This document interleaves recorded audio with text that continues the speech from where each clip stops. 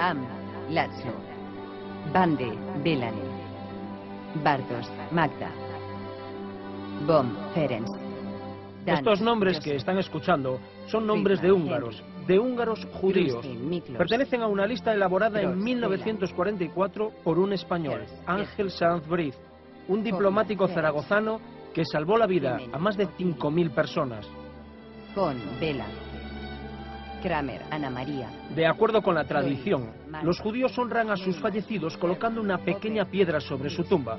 Hoy queremos colocar una piedra simbólica sobre la lápida del Schindler español para preservar su memoria, pero sobre todo para honrar la labor titánica de un hombre por librar a miles de judíos de una muerte segura. Otilia, Takacs, Harold, Timar, Ilona.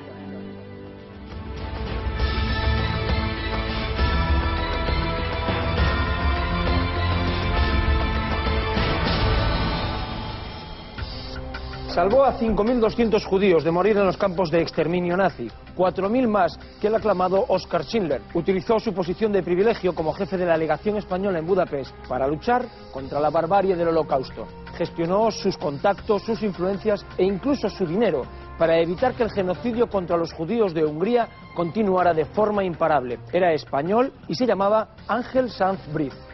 El pueblo de Israel lo ha reconocido como justo entre las naciones y en 1994 el gobierno húngaro le concede a título póstumo la Gran Cruz de la Orden al Mérito Civil de la República Húngara. Sin embargo, en España, y a pesar de ser el primer diplomático que aparece en un sello de correos, Ángel Sanz Briz sigue siendo un gran desconocido.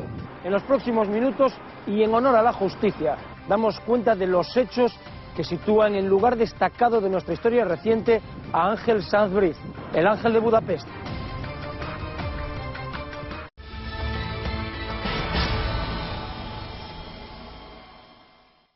Hoy en este programa van a conocer cómo y quién era el hombre que salvó la vida de esas 5.200 personas. Hoy conocerán cómo se gestó la estrategia del ángel de Budapest para luchar contra el Holocausto, mientras el régimen franquista le daba la espalda y miraba hacia otro lado. Descubrirán cómo consiguió engañar a los nazis y a las autoridades húngaras para convertir 200 pasaportes en más de 5.000. Hoy escucharán el escalofriante testimonio de los protegidos por Sanz Briz y de aquellos que no tuvieron tanta suerte, pero sobrevivieron al horror del genocidio nazi. Hoy, los que tuvieron el honor de conocerle le recordarán para que ustedes puedan valorar la labor de este justo entre las naciones. Hoy conocerán la historia del ángel de Budapest.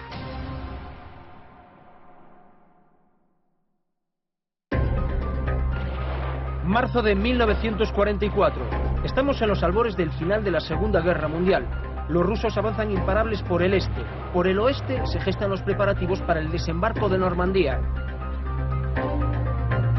Hitler, para frenar el avance de los rusos, decide invadir Hungría, el único país centroeuropeo que se había librado de los nazis. En territorio magiar conviven cerca de 850.000 judíos y el Führer quiere limpiar de semitas el país vecino. No lo tendría difícil.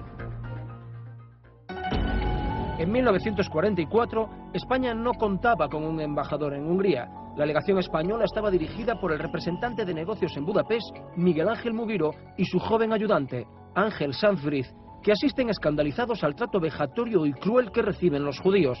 Pero no se quedan de brazos cruzados. Recuperan un decreto promulgado por Miguel Primo de Rivera en 1924 y lo reinterpretan para adaptarlo a los judíos sefardíes, es decir, los herederos de la colonia judía expulsada de España por los reyes católicos, que de esta forma podrían solicitar la nacionalidad española. La oposición de Mugiro al gobierno progermánico de Milkos Horthy acabó con su destitución.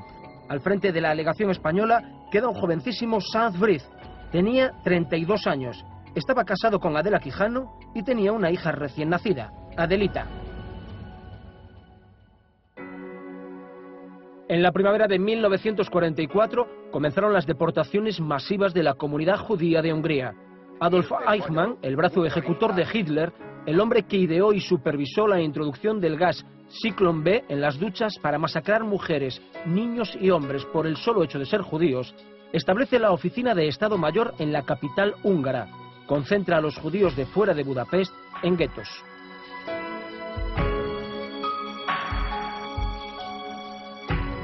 Cuando los nazis invaden Hungría, se les termina la vida normal. Lo primero que hacen, ya tenía mucha experiencia en la creación de guetos, la obligación de usar la estrella que los distinguiera, podían salir a la calle, había un toque de queda larguísimo, tenían horas especiales para ir a comprar comida, que cuando ya llegaban no había mucho, digamos, era siempre a última hora.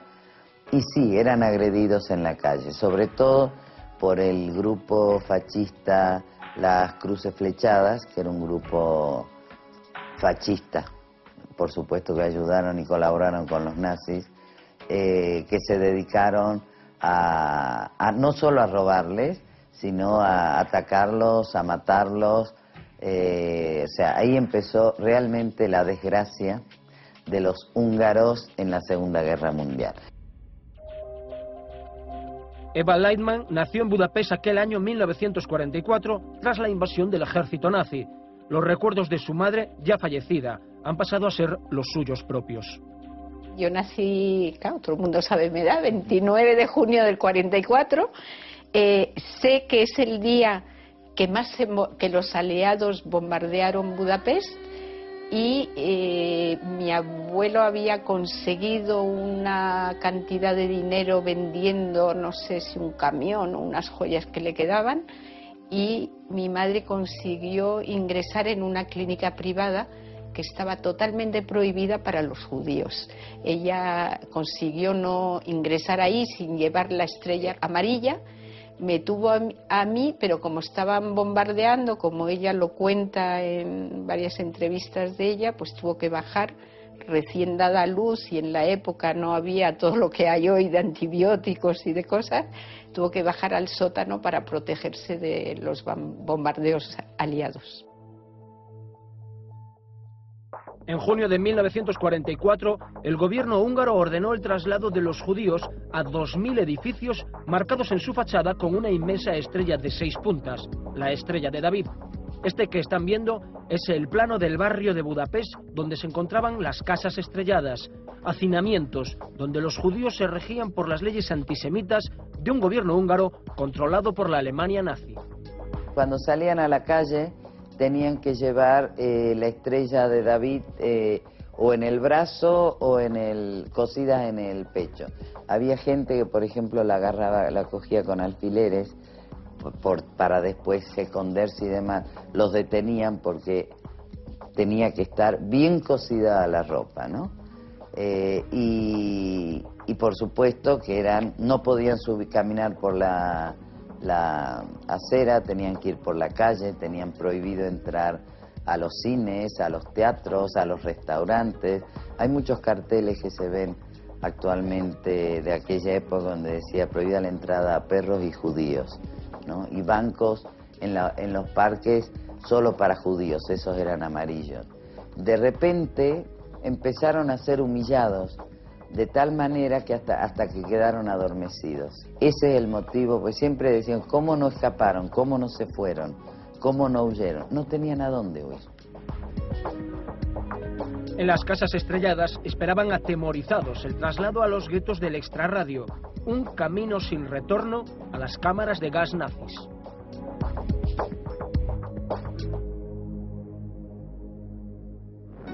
Si hay alguien que sabe exactamente cómo vivió el diplomático zaragozano aquellos años, esos son sus hijos y su mujer. Este programa ha querido reunirlos en la casa que la viuda tiene en el centro de Madrid para que den su testimonio. Ellos evocan cómo la situación en Hungría empeora por momentos y cómo el matrimonio Sanz-Briz toma una determinación. Europa en guerra, los aliados entrando por todos lados, bombardeo va, bombardeo viene, no era el sitio ideal para tener una familia. Entonces pues mamá se volvió a Madrid. Durante ese tiempo que estuvo separada la familia, recuerdo, le contaban sus padres, si pudieran mantener un contacto habitual. Muy difícil, muy difícil. Es que acuérdese que era el final de la Segunda Guerra Mundial.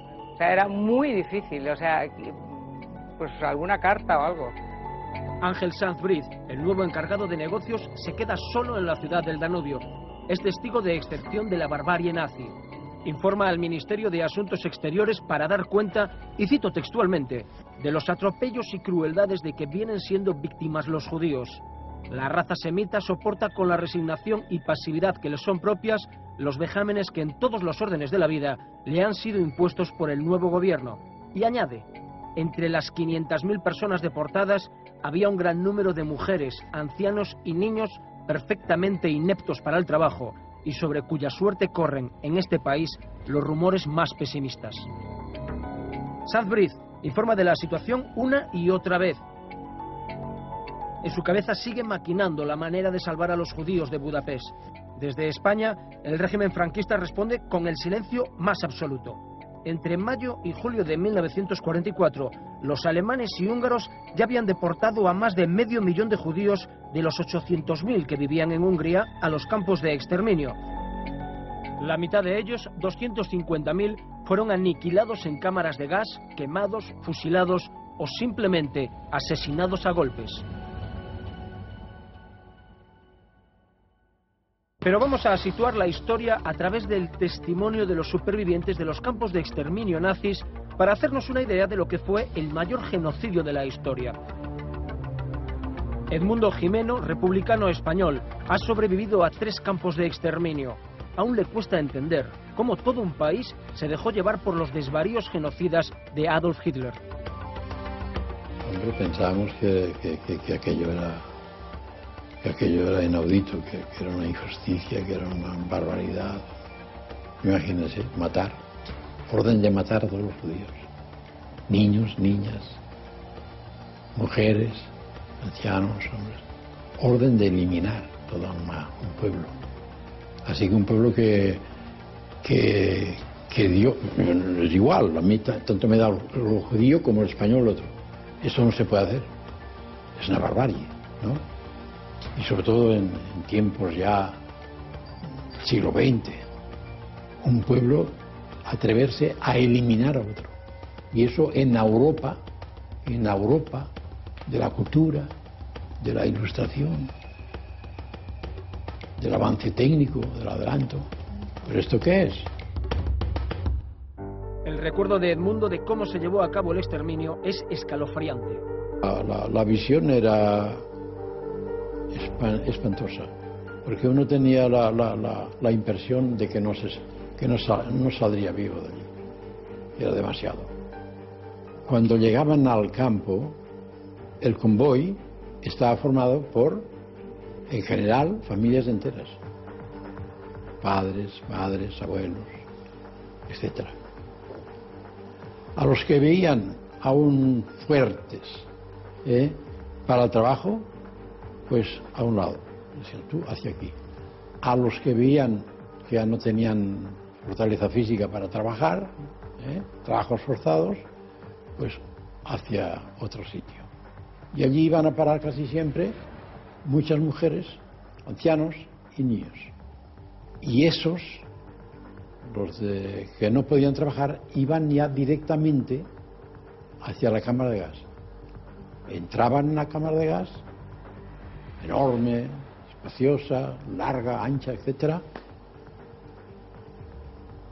Se acumulaban gente y más gente, se cerraban las puertas por todos sitios, metálicas, etc.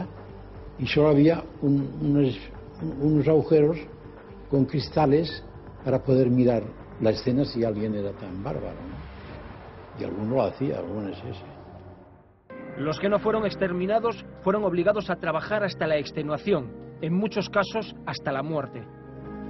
El preso político sobre todo era trabajos forzados. Había que eliminarlo, según la idea nazi, poco a poco, lentamente, o no lentamente, pero a base de trabajar y de dejarlo, de darle puñetazos, etcétera, etcétera, hacerle una vida imposible. Y el judío era un hombre que iba casi siempre en poco tiempo directa a la barraca a la cámara de gas. Y de allí, claro, el crematorio. El crematorio en Buchenwald y en Dora y en Bergen-Belsen no paraba. No paraba, siempre el humo de los que quemaban los cadáveres, cantidades gigantescas.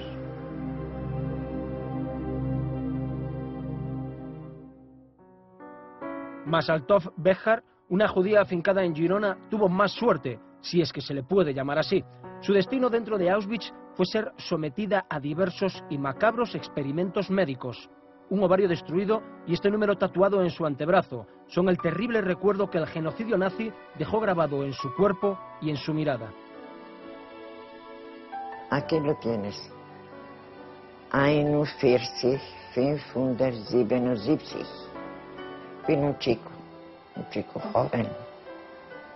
Vino y empezó a tomar una a una las niñas, que estuviéramos todas pasando para que nos tatuaran. Y yo, la primera vez, tenía yo un pañuelo, lo limpié. Como vinieron después a controlar de nuevo, cuando vi que estaba un poco así, no bien puesto, me lo pintaron de nuevo. Y de ahí que está más acentuado ahora, ¿no? El bloque 10 era de experiencias.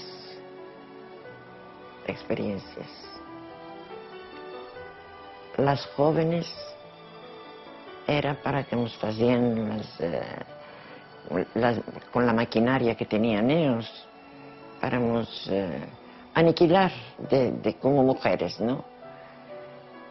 A las casadas tenían el doctor Klauber, que les preguntaba si querían ser operadas. Mi cuñada, la hermana de mi novio, estaba recién casada, la pobre. Entonces dijo que no, que ella no quería, se la llevaron a Birkenau, la mataron.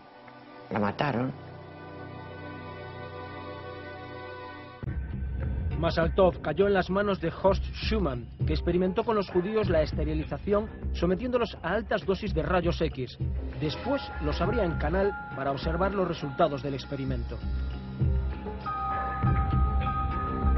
Y él nos estaba haciendo los rayos X con unos aparatos que tenían ellos tremendos ahí. Una habitación de...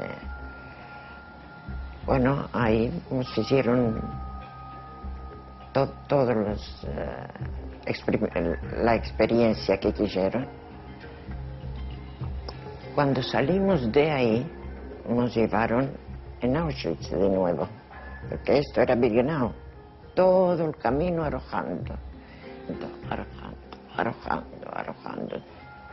Después de 14 días, vino el doctor Schumann de nuevo a preguntar si tenía la regla. Entonces, aquella tarde mismo nos llevan de nuevo a Birkenau a hacer de nuevo la experiencia. La segunda. Le radiaron un ovario hasta la putrefacción y después lo operaron para quitárselo. Nunca imaginó Masaltov que 20 años después, y a pesar de los nazis, tendría un hijo. Ella es la prueba viva de que los judíos eran para los nazis auténticas ratas de laboratorio. Me interesaba mucho esterilizar en el mayor tiempo posible la mayor cantidad de gente posible y al menor costo posible. En la esterilización por rayos X utilizaron hombres y mujeres. Por supuesto, sin anestesia eran las operaciones.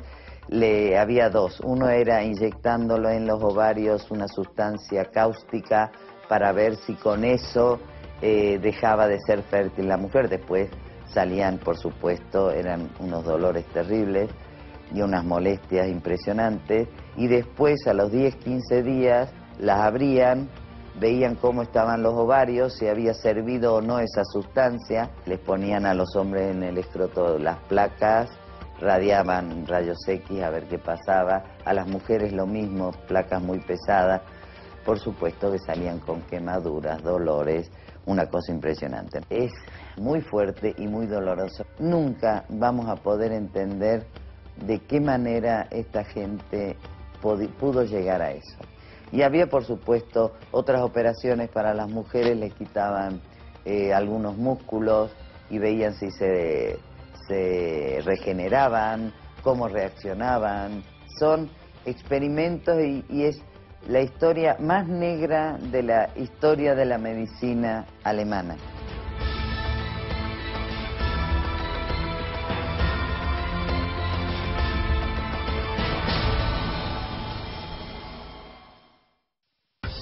Esta era la situación en los campos de exterminio. Esta era la situación en Europa desde 1941. Mientras, en Hungría, Ángel Sanz Briz sigue empeñado en salvar a los judíos del Holocausto. Y no lo hará solo. El diplomático español busca apoyos y los encuentra en Monseñor Rota, nuncio del Vaticano. Ambos convocan una reunión a la que acudirán los representantes de los países neutrales en la Segunda Guerra Mundial. Son Carl Danielsson, ministro sueco, el conde Pongrax, cónsul honorario de Portugal, y Carl Lis, encargado de negocios de Suiza. Será en esta reunión en la que se gestará la elaborada estrategia para emitir salvoconductos que salvarán a miles de judíos húngaros. Deciden establecer una estrategia común para, dentro de los posibles y sus limitaciones, establecer una especie de cordón de salvamento de todos estos judíos. Y a partir de ahí es cuando Sanz Briz toma una iniciativa muy personal, muy intensa y que fue muy fructífera desde el punto de vista de la salvación de estos judíos. El mérito fundamental de Sanz Briz en esa red radica precisamente en que los demás componentes de esa red, digamos que obraban de común acuerdo con sus países, mientras que Sanz Briz, si acaso, estaba haciendo caso omiso a lo que era la tendencia predominante en el régimen que gobernaba España en aquella época. Pero Ángel Sanz Briz no quería enfadar al régimen franquista, oponiéndose de forma activa al amigo nazi. Así que antes de actuar, y como buen diplomático que se debía a su país, decidió informar a Madrid de cuáles serían sus siguientes pasos. Mandó cartas, telegramas, mensajes cifrados. ¿La respuesta? El silencio. La decisión estaba en su mano. Tenía que elegir entre arriesgar su incipiente pero brillante carrera diplomática o salvar la vida de miles de personas. Ángel Sanz Briz no tuvo ninguna duda. Sin perder tiempo, se puso en marcha. Agarrándose a un clavo ardiendo, Sanz Briz hace uso del recuperado decreto de Primo de Rivera que permitía salvar a los sefardíes, a los descendientes de judíos expulsados de España por los reyes católicos. Toda una argucia si tenemos en cuenta que en Hungría los sefardíes no superaban el centenar. A pesar de ello, Sanz Briz consiguió que el gobierno húngaro le otorgase autorización para emitir 200 pasaportes para sefardíes que quisieran la nacionalidad española. Un pasaporte que les protegería del genocidio nazi. ¿Sabe si su padre tuvo que recurrir a la diplomacia del dinero para ablandar a cargos del ejército o del gobierno húngaro y conseguir salvar a más judíos? Sí, sé que lo hizo, porque fue a visitar al ministro del Interior, que le recibió con muy malos modos y muy enfadado. Dijo, bueno, usted será otro diplomático que se viene a quejar del trato que estamos dando a los judíos, y sin embargo a mí nadie me pregunta por los desplazados húngaros que están sufriendo penalidades y tal.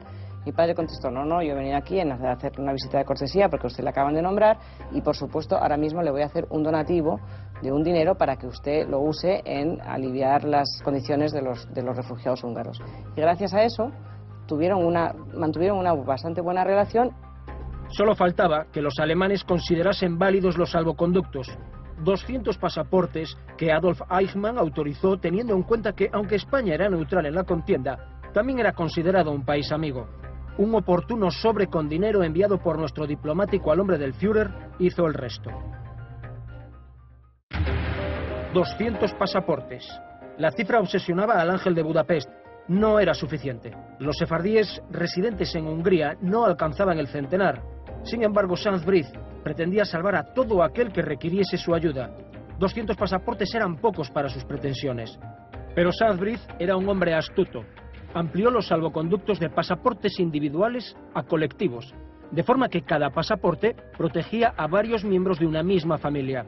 Además, a Sanz Briz se le ocurre otra fórmula para salvar vidas: emitir cartas de protección a aquellos que tuvieran algún familiar en España.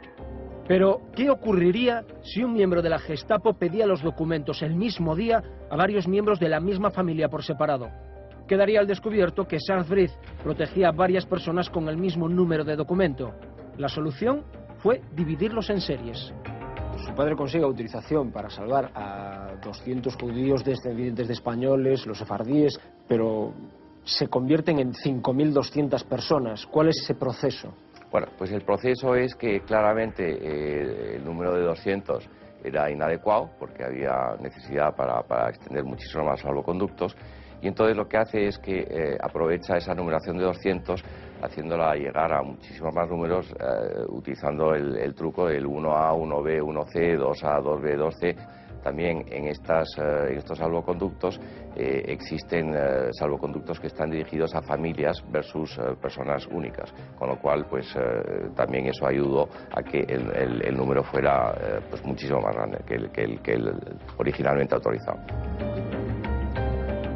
Sanz Briz comenzó por los que tenía más cerca, las personas que cada día trabajaban codo con él en la legación española. Era el caso del abogado judío Zoltán Farkas. Él y su familia quedarían protegidos con el pasaporte número 14, tal y como demuestra el listado de la legación española. Después, el Schindler español recorrió la capital húngara buscando judíos a los que salvar. Llegó incluso a liberar a muchos que ya estaban hacinados en camiones o marchas de la muerte que se dirigían a los campos de exterminio. Son grandes filas de judíos que son obligados a irse desde Budapest hasta la frontera austriaca, que pueden ser unos 200 kilómetros, andando durante varios días, sin apenas comidas y sin dar bebida, porque no había transporte militar para trasladarlos. Eso se llamaban las marchas de la muerte, donde ahí hubo también acciones muy loables por parte de Wallenberg y por parte del suizo, y en una ocasión Sanz Briz, conociendo que en uno de los convoyes que iban andando hasta Austria podía haber miembros protegidos por parte española con cartas, se trasladó e identificó hasta 30 personas y salvó 30 personas que hubieran sido perfectamente muertos en algún campo de concentración y exterminio. Este documento que están viendo hace referencia a esos 30 judíos salvados por Sanz Briz. Fue enviado por el diplomático español desde Budapest al Ministerio de Asuntos Exteriores y dice así: con referencia al telegrama 149, gracias a la intervención personal de este Ministerio de Negocios Extranjeros, se ha podido poner en libertad y hacer regresar a Budapest a unos 30 judíos protegidos por España, de los que a pie eran conducidos a Alemania. Firma Ángel Sanz Briz. Iba muy a menudo a las estaciones y decía en alto para que le oyeran: si hay alguien que tiene algo que ver con España, que venga conmigo. Y hubo gente, y había gente que aunque no tenía absolutamente nada que ver con España, se fueron con él diciendo que tenían un familiar en español o un familiar en España, o que sabían hablar español, y los logró salvar. Otros no tuvieron la suerte de librarse de la barbarie nazi gracias a la ayuda de Sanz Briz. Es el caso de Vera Dotan, una judía húngara afincada hoy en Jerusalén. Sus ganas de vivir la salvaron de añadir su nombre a la negra lista de los exterminados por la Alemania nazi. Nada más llegar a Auschwitz, se libró de una muerte segura. Entonces se dirigió a mí una presa polaca que llevaba 3 años en el campo y me dijo: niña, ¿cuántos años tienes? Y yo le dije: tengo 13 años. Y ella me dijo: no digas eso en ningún momento, tú di que eres mayor, mucho mayor. Y yo le pregunté: ¿pero por qué? Y ella me contestó: no hagas más preguntas, haz lo que yo te digo. Mi madre y yo estábamos en la cola del médico, del doctor Mengele, y a unos les decía: a unos a la izquierda y a otros a la derecha. Y la verdad es que no sabíamos lo que eso significaba. Y resultó ser que los de la derecha iban al trabajo y los de la izquierda iban al crematorio. A mi madre le dijeron que fuese a la izquierda y a mí a la derecha. Pero entonces yo empecé a decir: quiero con mamá, quiero con mamá. Y entonces el doctor Mengele le preguntó a mi madre que qué edad tenía yo. Y le dijo: 14 años. No le podía decir más porque yo no estaba muy desarrollada. Y entonces Mengele pensó y pensó y dijo: bueno, de acuerdo. Y me fui para la derecha con mi madre. Tantas veces me han ocurrido estos milagros en todos estos años que siempre pienso que conseguí salvarme de milagro. Vera se salvó, pero siguió padeciendo la crueldad de los nazis durante mucho más tiempo. Es muy duro. Me resulta difícil hasta contarlo porque las SS eran tan crueles. Venían chicas jóvenes de unos 20 años y ellas venían con los perros y decían: atacad, atacadlas. Y estos, los perros, atacaban y empezaban a morder. Y entonces ellos aplaudían contentos y felices, y cuando decidían que había mucha sangre, ya suficiente, decían, ah, ok. Lo peor es que no había por qué hacer eso. Nadie se lo ordenaba. Lo hacían simplemente por divertirse, por iniciativa propia.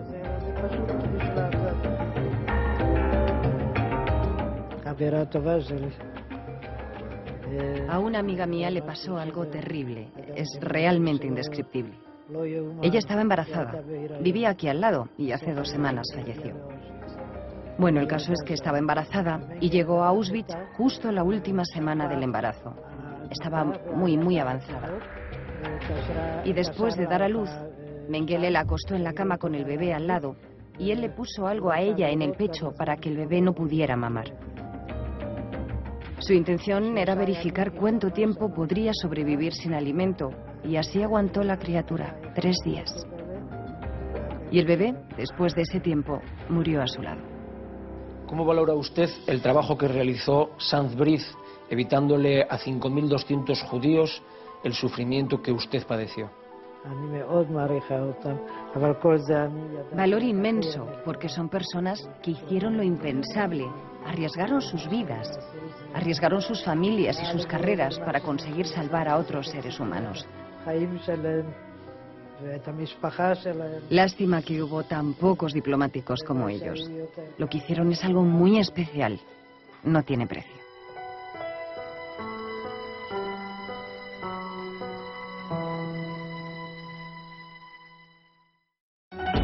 Sanz Briz no solo puso en riesgo su carrera diplomática, tal y como afirman sus hijos, llegó incluso a jugarse la vida.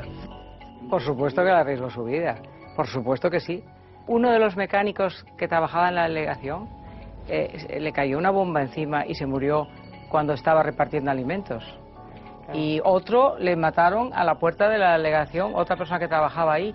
Óigame, y se estaba usted enfrentando a un ejército que estaba perdiendo la guerra y que estaban muy enfadados. Bueno, y luego estaba la Gestapo, estaban también los Echarrojas, en fin, era un ambiente de pánico. Había pues ejecuciones sumarias continuamente en Budapest, o sea, aquello era un estado de caos absoluto, ¿no? Con lo cual, por supuesto que se jugó la vida. Es indudable que Sanz Briz corrió riesgos, y riesgos para su persona y quizás más todavía para su carrera profesional, puesto que en el mejor de los casos actuaba al margen de las instrucciones recibidas. Sanz Briz además enviaba telegramas a Madrid denunciando la situación en la que estaban siendo sometidos los judíos en Budapest. Sí, se jugó la vida, pero nunca perdió de vista un objetivo: proteger a su hija y a su mujer nuevamente embarazada, que desde España desconocían la arriesgada labor que Sanz Briz estaba llevando a cabo. A mí, claro, me tenían engañada. No me querían decir lo mal que estaba Budapest, porque estaba esperando otro bebé, y no me decían la verdad. Pero él verdaderamente ha sido la experiencia más importante que ha tenido en su vida. Era un hombre colosal y que había hecho lo que había que hacer. Ser agradecido.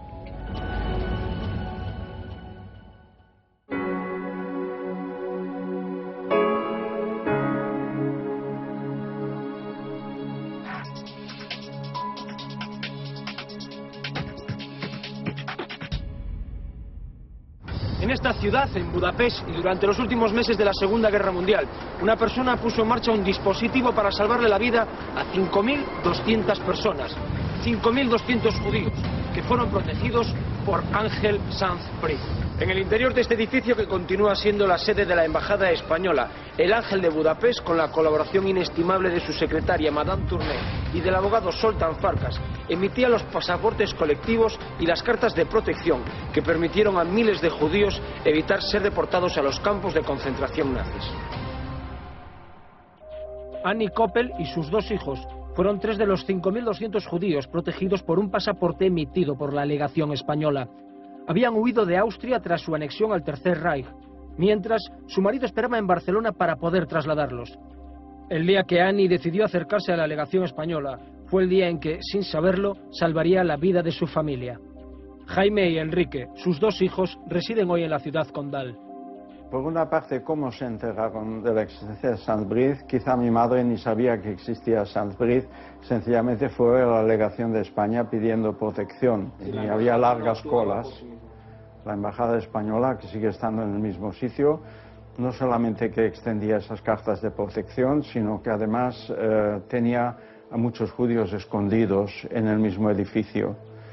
Lo mismo que la Nunciatura española, que metía a judíos, por ejemplo, en las escuelas pías como bedeles o como mujeres de faenas, judíos que de esta manera pues lograron salvarse. Esta que están viendo es la carta de protección que Ángel Sanz-Briz emitió para proteger la vida de Anna Koppel y sus hijos. Está fechada el 12 de septiembre de 1944, firmada por el diplomático español, y dice así: Certifico que Anna Koppel y Jaime y Enrique Bandor, residentes en Budapest, han solicitado a través de sus parientes en España la adquisición de la nacionalidad española. La legación de España ha sido autorizada a extenderle un visado de entrada en España antes de que se concluyan los trámites que dicha solicitud debe seguir. Por supuesto, ningún familiar había hecho desde España dicha solicitud. Era otra de las argucias del diplomático para salvar vidas. Sanz-Briz era un hombre minucioso. Las cartas de protección que su secretaria Madame Tournay y su fiel colaborador, el abogado Zoltán Farkas, emitían sin descanso, no le parecían todo lo eficaces que le hubiera gustado. Y es que los nazis y sus aliados húngaros aprovechaban la mínima oportunidad para saltarse la protección española. El joven diplomático puso entonces en marcha la segunda fase de su elaborado plan. Alquiló 7 casas en las que los protegidos por la legación española permanecerían a salvo de los nazis. Para protegerlos, colocó carteles en los que se leía en húngaro y en alemán: edificio anejo a la legación española. ¿Cómo contaba Ángel Sanz-Briz que eran esos edificios que él alquilaba? ¿Cómo era la vida dentro? ¿Cuánta gente había? Pues los edificios eran unos edificios que él alquiló, que me parece que fueron 7 edificios en Budapest, donde metió a todos los judíos que les había dado salvoconducto, pero que no los podía sacar de allí. Vivían hacinados, con a lo mejor un cuarto de baño para todos y una cocina para todos, y verdaderamente con bastante peligro, porque iban los nazis, los intentaban sacar, aunque entonces llamaban inmediatamente a la legación española y iba mi padre a impedirlo. Le puso a todas esas casas unos carteles que decía que era anejo a la legación española y que era territorio español y que no se podía entrar, y la bandera española, y gracias a eso pues se salvaron.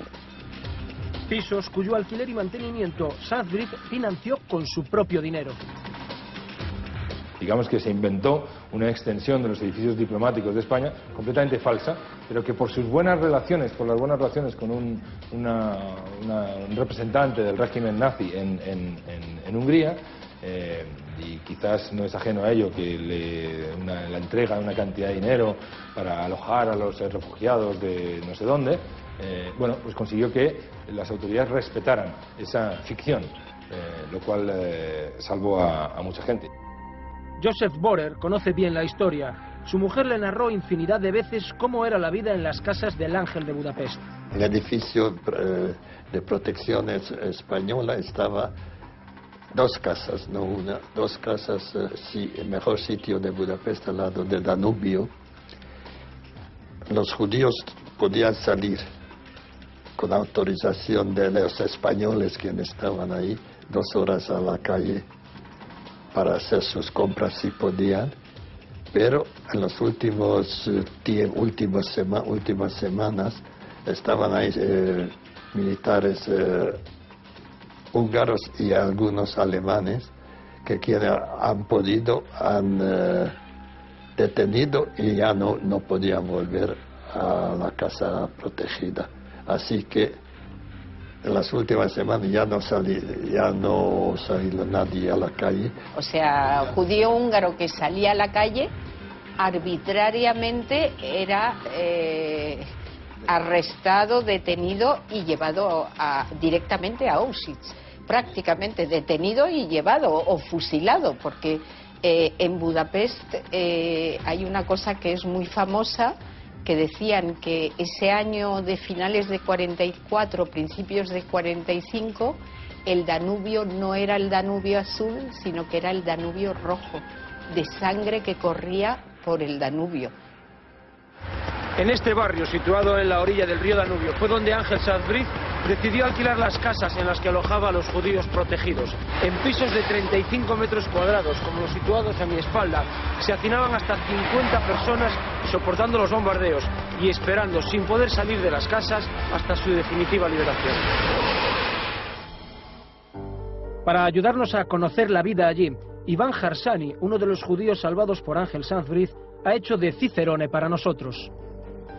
En esta casa vivimos en aquel tiempo, yo con mi familia y con los demás hombres que eran aquí protegidos por la legación española. Recuerda, supongo, cuál era la casa en la que estaba, el piso, en qué altura, ¿no?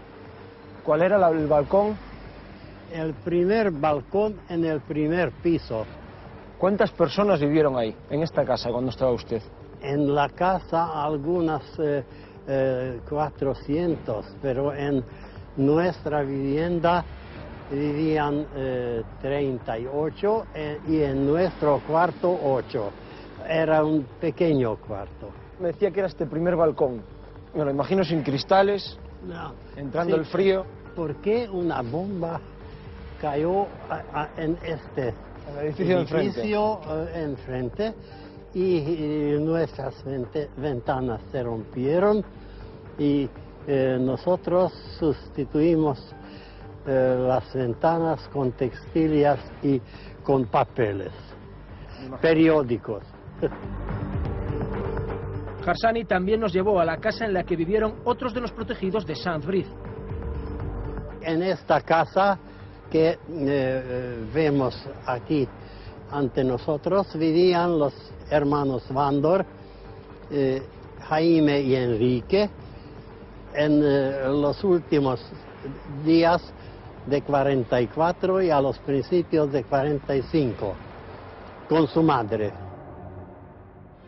Jaime y Enrique Vándor, desde Barcelona, mantienen aún muy vivos los recuerdos de su estancia en las casas alquiladas de Sanz-Briz. La vida allí es algo que es muy difícil de describir con palabras. Debido a los bombardeos ya no teníamos cristales, estábamos en pleno invierno, estábamos nosotros y prácticamente toda la ciudad llenos de piojos, no piojos del pelo, sino piojos de la ropa, con el miedo a unas epidemias. Pasábamos el hambre cada vez mayor y luego había pues los bombardeos. Vivíamos 51 personas en 2 habitaciones y media, de tal manera hacinados que dormíamos en el suelo, que había gente que dormía en el cuarto de baño, había un solo váter para 51 personas. A veces había agua, a veces no, a veces había gas, otras veces no. Lo mismo pasaba con la electricidad. Con dedicación, tiempo y más dinero, el Ángel de Budapest consigue poco a poco mejorar la calidad de vida de sus protegidos. En una de las casas había hospital, había una maternidad, porque claro, estamos hablando en total de casi 2.200 personas, con lo cual había desde enfermos, había ancianos, había escuelas, porque estábamos hablando de personas que igual mantenían en una misma casa como 2 meses, 2 meses y medio, y por lo tanto había que dar educación a los niños, había que dar alimentación. Los desafortunados que no conseguían una carta de protección pedían refugio a sus compatriotas judíos en las casas de Sanz-Briz. Esto estaba en conocimiento de las autoridades alemanas. Las redadas en el barrio donde se encontraban las casas protegidas estaban a la orden del día. Vivíamos constantemente atemorizados porque los nazis, tanto los nazis húngaros como la SS, de vez en cuando pasaban por la casa y registraban quién llevaba cartas de protección y a los que no lo llevaban se los llevaban. Así que esas redadas daban mucho miedo. Y en alguna ocasión de noche nos hacían formar en la calle para llevarnos al gueto. En estas ocasiones se avisaba por teléfono, es decir, el portero, que es el único que tenía teléfono, avisaba a la delegación de España y alguien venía a parlamentar con los nazis y en el último momento siempre conseguían que nos dejaran regresar a la casa. Los nazis, la Gestapo, por ejemplo, pues entraba a esos edificios o intentaba entrar y bueno, pues intentaba sacar a personas que estaban albergados ahí, ¿no? O en otras ocasiones, pues a lo mejor pues la mala suerte que salía un momento del edificio, ocurría un incidente de estos.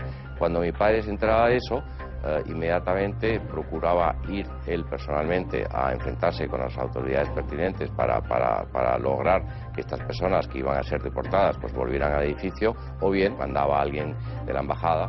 Muchos no pudieron sobreponerse al miedo a ser deportados y exterminados y tomaban decisiones desesperadas. Y de las cosas que más recuerdo, una señora se tiró de uno de los pisos elevados, se suicidó. Nosotros vivíamos en el entresuelo y cayó en la acera debajo de nuestra ventana. Yo no lo vi, pero el ruido del impacto de ese cuerpo cayendo en el asfalto, pues no lo he olvidado nunca. La obra de Saint-Brieuc no solo evitó que miles de judíos fuesen deportados a los campos de concentración, muchos habrían acabado sus vidas en este lugar de la orilla del Danubio. Hasta aquí los traían los nazis para fusilarlos después de sacarles sus escasas pertenencias, que en muchos casos se limitaba, como podemos ver en este recuerdo, a sus zapatos.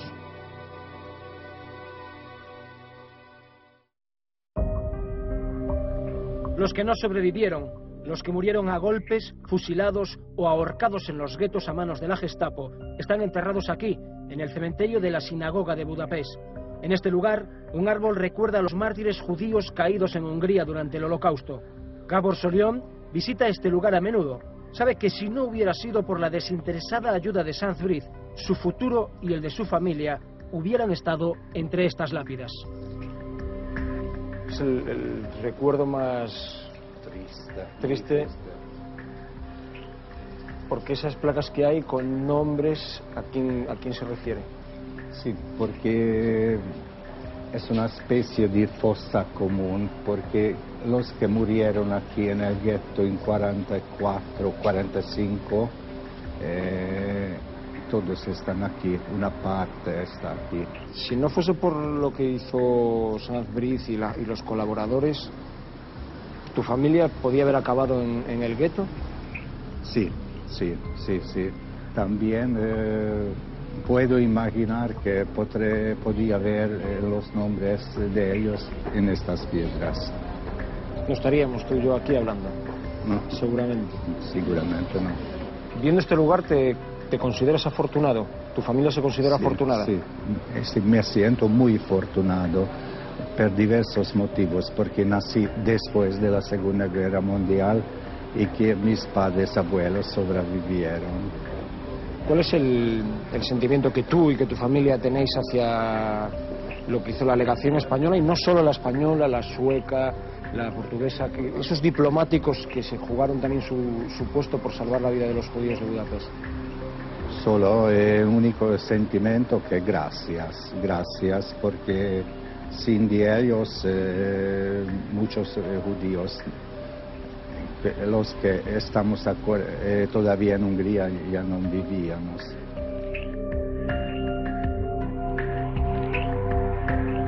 Esta que ven es la carta de protección emitida por la legación española que salvaría la vida de la madre de Gábor y de su familia. En la zona de guerra de Hungría, la artillería alemana se opone al avance de los tanques soviéticos que intentan romper las líneas germano-húngaras. Ángel Saint-Brieuc abandonaría Hungría a finales de 1944 ante la inminente entrada en Budapest del ejército soviético, con la satisfacción de haber salvado a miles de judíos, pero con la preocupación de si el régimen apoyaría su labor. El 14 de diciembre, desde Berna, Suiza, el diplomático envía al Ministerio de Asuntos Exteriores un informe detallado sobre la gestión de la legación española en Budapest durante los últimos meses. En él, Saint-Brieuc hace un recuento exhaustivo de los judíos salvados hasta aquella fecha. 235 pasaportes provisionales emitidos. Algunos de ellos protegían a varias personas de la misma familia. Quedaban protegidas 352 personas. 1.898 cartas de protección. y 15 pasaportes ordinarios que incluían a 45 judíos sefardíes. Según su propio testimonio, hasta su salida de Budapest, Sanz-Briz salvó de una muerte segura a 2.295 personas, 1.095 más que Oskar Schindler. La historia no acaba aquí. Un italiano, Giorgio Perlasca, tiene especial importancia para nuestro reportaje. Él fue el heredero de la labor de Sanz-Briz. Perlasca había luchado durante la Guerra Civil en el Ejército Nacional y tras desertar del ejército italiano durante un viaje a Budapest, había solicitado un pasaporte español al encargado de negocios. A partir de ese momento, se convertiría en fiel colaborador de Sanz-Briz. Cuando el zaragozano se vio obligado a abandonar Hungría, Giorgio Perlasca le suplantó como cónsul español en Budapest. Esta que están viendo es la carta que el propio Perlasca falsificó y que le acreditaba como el nuevo representante de la legación española en Budapest.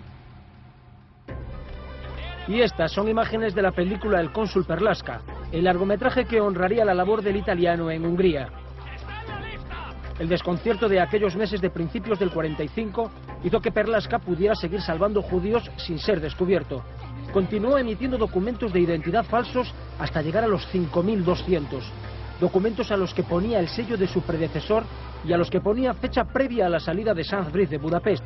Una labor, en fin, que remató Giorgio Perlasca, pero cuyo ideólogo, no olvidemos, fue el diplomático español. A pesar de ello, durante años, el mundo reconoció la labor de Perlasca y no la de Sanz-Briz. Durante décadas, todos los honores se los llevó el italiano. Es más, en la película El cónsul Perlasca, Sanz-Briz queda como un personaje que huyó clandestinamente de Budapest, abandonando a los judíos a su suerte.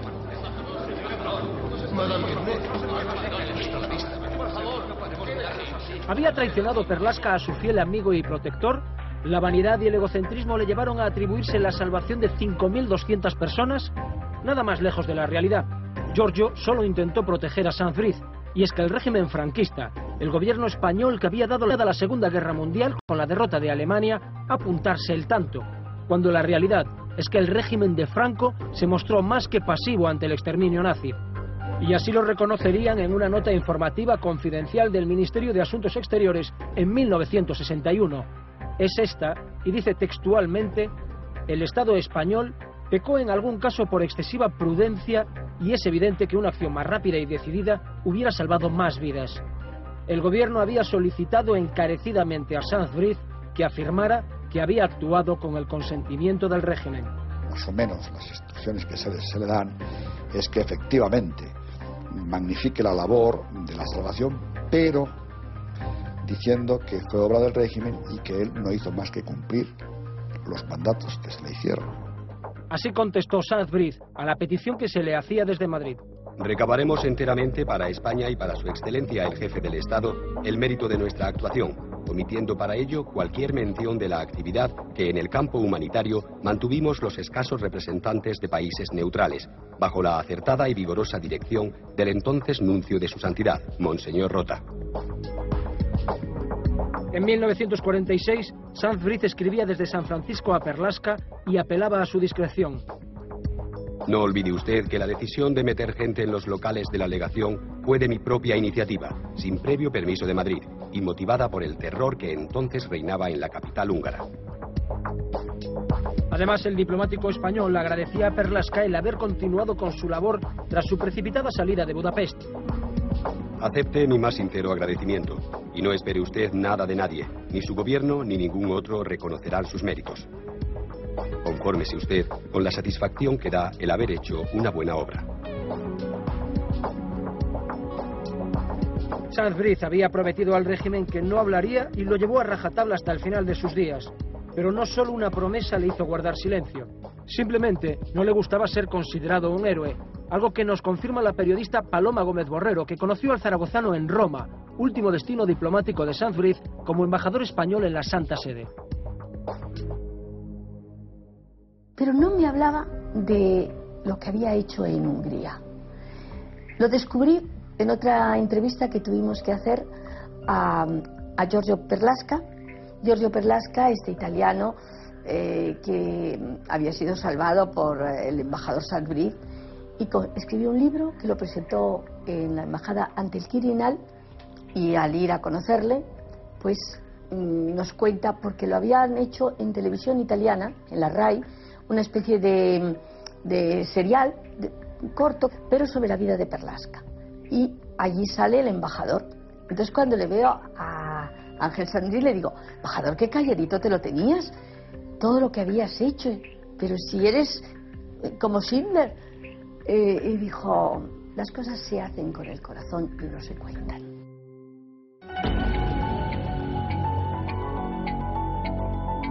Para que os hagáis una idea, en vida mi padre jamás tuvo un reconocimiento público de su labor en Budapest, jamás.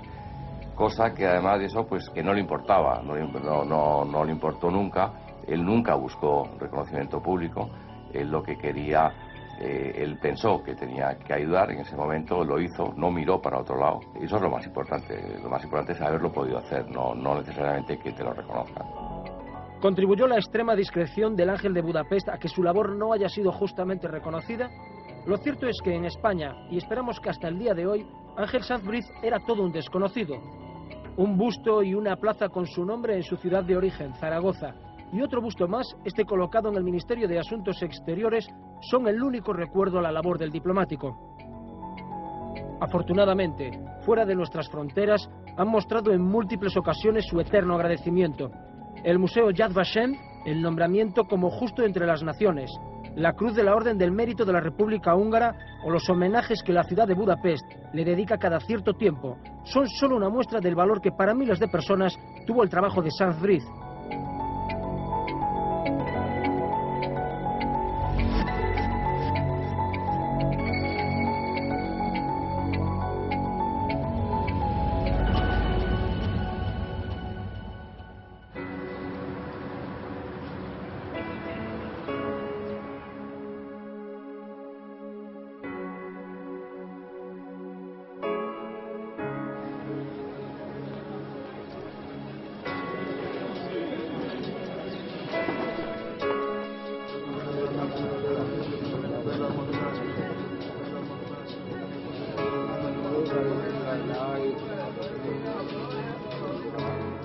Pero sin duda donde más sensibilizados están con la labor de Sanz Briz es en Jerusalén.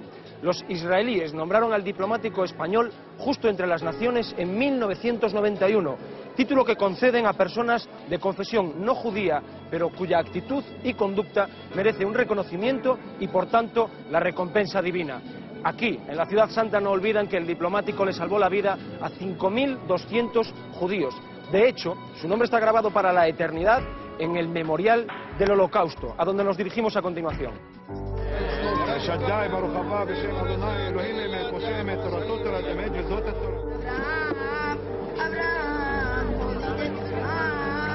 Quien salva una vida, salva a toda la humanidad. Esta frase del Talmud, uno de los libros que recogen las leyes judías, es la referencia perfecta para los justos entre las naciones, para las 22.211 personas de 41 países distintos, a los que se rinde homenaje aquí, en el Memorial al Holocausto Yad Vashem de Jerusalén. Estamos concretamente en el Jardín de los Justos, donde se recuerda con nombres y apellidos a todos y cada una de esas 22.200 personas, y entre ellos al diplomático español Ángel Sanz Briz. Este Jardín de los Justos es el homenaje a aquellas personas anónimas que salvaron vidas en el mayor genocidio de la historia.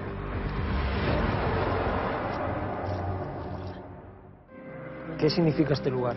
Estos justos, esta categoría de personas, son un grupo muy especial en la raza humana, que hicieron algo que la mayoría de las personas no estarían dispuestas a hacerlo, que se puede decir que incluso algo no lógico, pero lo hicieron por humanidad, y así con esos actos humanitarios salvaron a muchas vidas. La cantidad de personas que deben sus vidas a estos justos es bastante grande. Y así es de que entre estos 22.000 justos tenemos acá a 3 españoles. Uno de ellos es Ángel Sanz Briz, que fue el primer español reconocido por Yad Vashem como uno de los justos entre las naciones. Abraham Milgram es judío e historiador del Museo Yad Vashem. Casi toda su familia falleció víctima del Holocausto. Él representa a la perfección el sentimiento de los judíos hacia diplomáticos como Ángel Sanz-Briz. Para nosotros, los judíos en general, esta gente son héroes, son verdaderos héroes. Tenemos un verdadero y profundo respeto por esta gente. Y los nombramos, los memorizamos, enseñamos a los alumnos que vienen a Yad Vashem, de Israel y del exterior, la magnitud humana de estas personas. Y bueno, Sanz-Briz fue uno de ellos.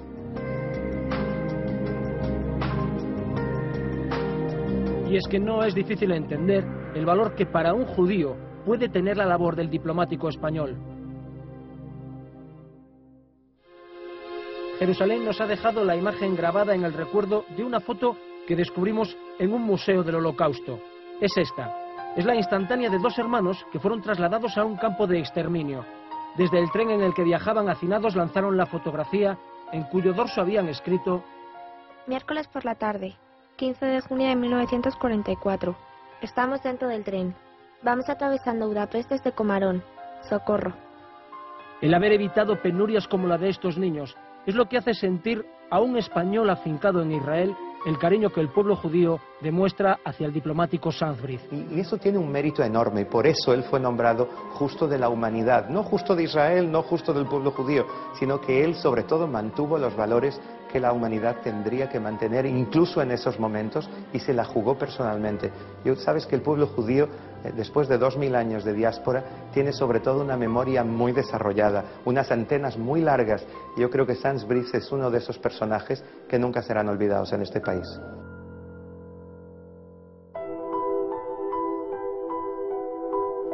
Durante nuestra estancia en Jerusalén, nos enteramos de la existencia de una persona que sobrevivió a los campos de concentración. Se le conoce como el violinista de Auschwitz. Se llama Jacques Strumsa y a sus 95 años sigue tocando cada día, cerca del Muro de las Lamentaciones, el instrumento que le salvó la vida. Usted tocó el violín en un campo de concentración, ¿cierto? Sí, en Birkenau. En Birkenau. Birkenau, al lado de Auschwitz. ¿Y cómo acabó usted allí? ¿Cómo? ¿Cómo acabó usted en un campo de concentración? Porque yo soy judío y los SS llegaron en Grecia, donde yo nací, en Salónica, y atraparon a toda la población judía. Yo estaba casado y mi esposa esperando un bebé, encinta de 8 meses. Y fuimos deportados. Jacques es otro de los judíos que quedaron marcados con un número en su antebrazo. ¿Qué número era? 121.097. ¿Y cuándo le tatuaron el número? El 8 de mayo 43. A las 6:18 de la tarde entramos en una barraca donde nos metieron el número, y ahí encontré un amigo de Salónica, doctor en medicina. Sí. Y que me dijo: ¿sabes dónde entraste? No, no sabía. Él el primero me dijo: aquí es un campo de concentración. Quiere decir que los jóvenes que entraron y recibieron un número, ¿sabes cuántos éramos? 2.500 en todo el tren. Los que no entraron a tomar el número. El resto murieron todos. El resto todo se fue directamente a la cámara de gas. Y cuando se desnudaron, la ducha era gas. Y después de 20-25 minutos, todos morían.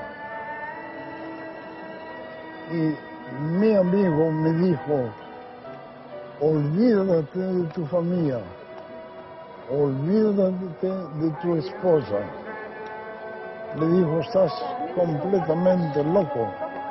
Y me dijo también, tú tienes una chance, ¿cómo se dice? Una alternativa, una solución. Puede ser. Una chance. Una chance, porque sabes hablar, porque sabes tocar, porque sos ingeniero, tienes solución. Una chance de salir vivo. Quiere hablar para que no se olvide. La conciencia humana debe de no olvidar. Y para que no se olvide, por eso estás tú aquí. Y yo también.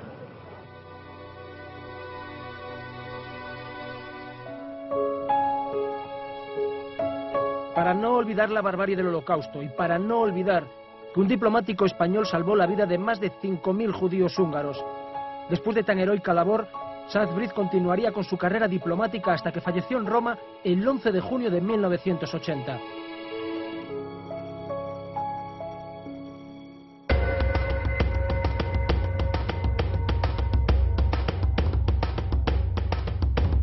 Estas son las necrológicas de aquel día. Ni una sola mención a su labor en Budapest, ni una referencia a su lucha contra el genocidio nazi, ni una sola palabra sobre esos 5.200 judíos a los que Ángel Sanz Briz salvó la vida. El ángel de Budapest, el Schindler español, murió tal cual vivió. Dejó este mundo con la discreción que le caracterizó a lo largo de su vida. Sirva este reportaje para recordar la valerosa labor del diplomático zaragozano que luchó solo y sin apoyos contra la mayor barbarie de la historia de la humanidad.